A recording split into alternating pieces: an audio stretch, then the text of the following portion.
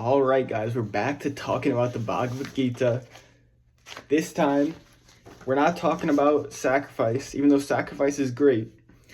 But we're still talking about sacrifice because it all factors in. But this time, we're talking about desire, and we're talking about the nature, the interweaving of the forces of nature. So let's just get into it. So if you saw my TikTok, you know that we were talking about desire. So desire, he says, Krishna, God says, desire, like a fire, cannot find satisfaction.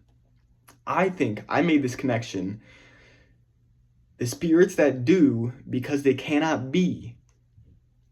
Desire cannot find satisfaction. The spirits that do desire cannot find satisfaction because they cannot be.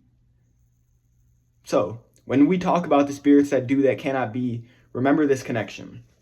But moving on, we're going to go back a little bit in the text because this is chapter 3. That's like one of the last parts of chapter 3. But let's go back to chapter 3. This is 27, that was 39. So Krishna says, all actions take place in time by the interweaving of the forces of nature. But the man lost in selfish delusion thinks that he himself is the actor. But the man who knows the relation between the forces of nature and actions sees how some forces of nature work upon other forces of nature and becomes not their slave. So basically here, I think that he is saying that, let's think about it. Basically, he's saying that everything is, and there are forces of nature that act upon us as human flesh beings. So the common way of thinking about the world right now is that human beings are like the greatest thing in the world, right? And we think that we are the actors. We are the center of the world. We are the creators of everything. Man is lost in the selfish delusion that thinks he himself is the actor.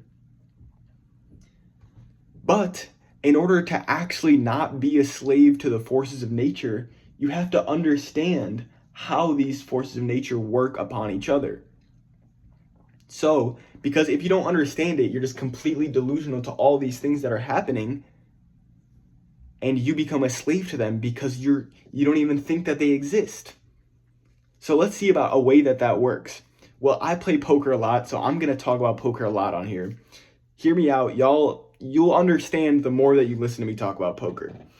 So I use poker, and the way I play poker is I connect to other people's energies to see the way that they feel about their hand, their existence, and I do what I can to try to play through spirit, love, and joy and connect to what they see to make the best decision possible. So, how does this connect to what I just said? Well, if you're completely ignorant to the energies of the world, so basically your aura field, so when you're feeling really sad, really angry, really mad in a negative frequency, that's what you're giving out. And it's not just in like physical things you can see. Your energy that you're giving out, you are literally projecting energy outside of you that is these emotions that you're feeling and your state of being. So, if you don't think, like a lot of people do with common science knowledge, common human knowledge that is going on right now, if you don't think that these energies outside of you actually exist, which a lot of people don't, you are completely ignorant to the forces that are going on. You're not listening to other people's energies. They're giving you all this information and you're completely blind to it. So you become a slave to the forces of nature. But like how I try to play, I do my best, but it's hard, it takes effort. If you were able to see how the energies work in the world, you can tap into them and you can see it and you can actually use it to prevent yourself from becoming the slave to these energies. So that's basically how I think that Krishna is talking about here. I think that he's talking about you need to be able to see what actions, what things are actually happening to you, what things are actually part of what existence is. Open your eyes and you'll be able to actually instill your intention onto the world instead of just being subjected to the intention of the world.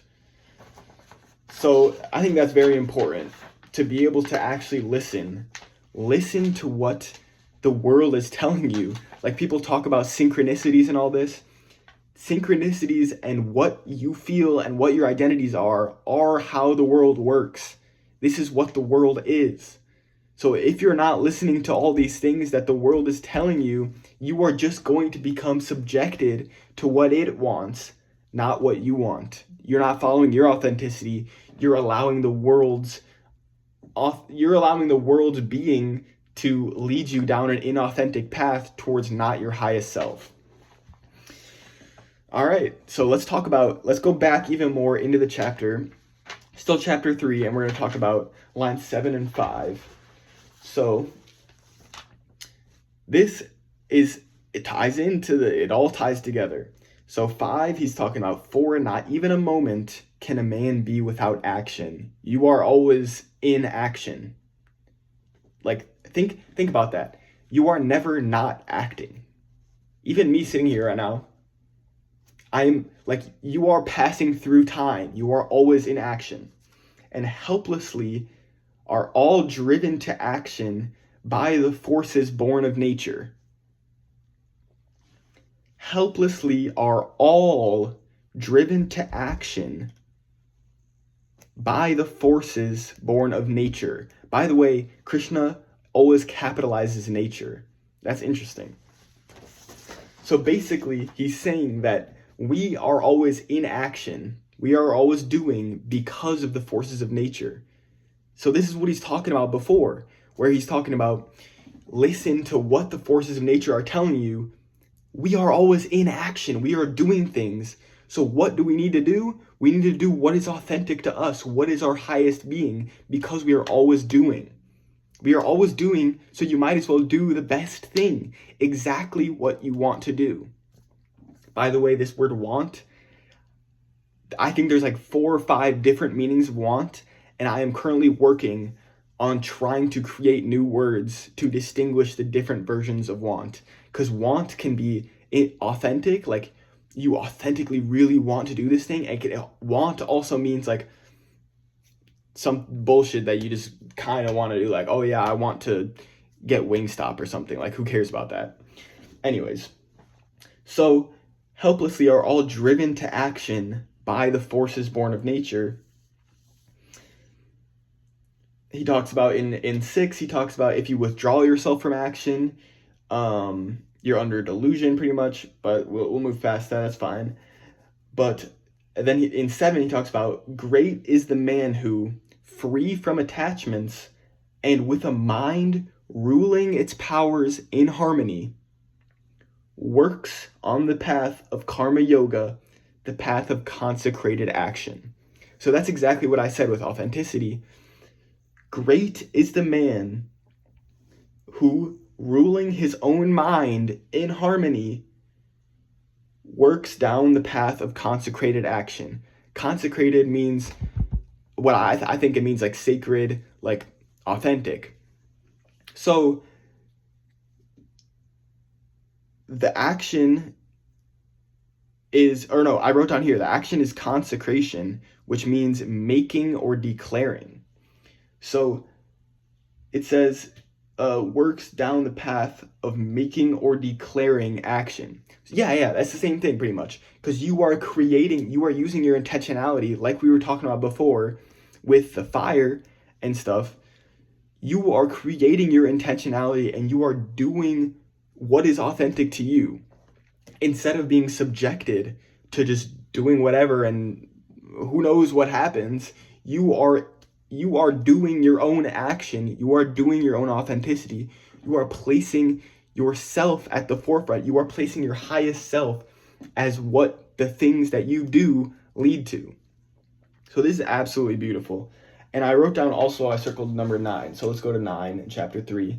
The world is in the bonds of action unless the action is consecration. Let thy actions then be pure, free from the bonds of desire. So this connects it all together kind of, because it says, the world is in the bonds of action. So you are subjected to action unless the action is making or declaring / authenticity. So you are subjected to acting unless what you're acting is authentic. Then you are the person that decides. You decide what you want to do. You decide what is authentic to yourself. You don't let the world decide for you. You don't just go through the bonds of action.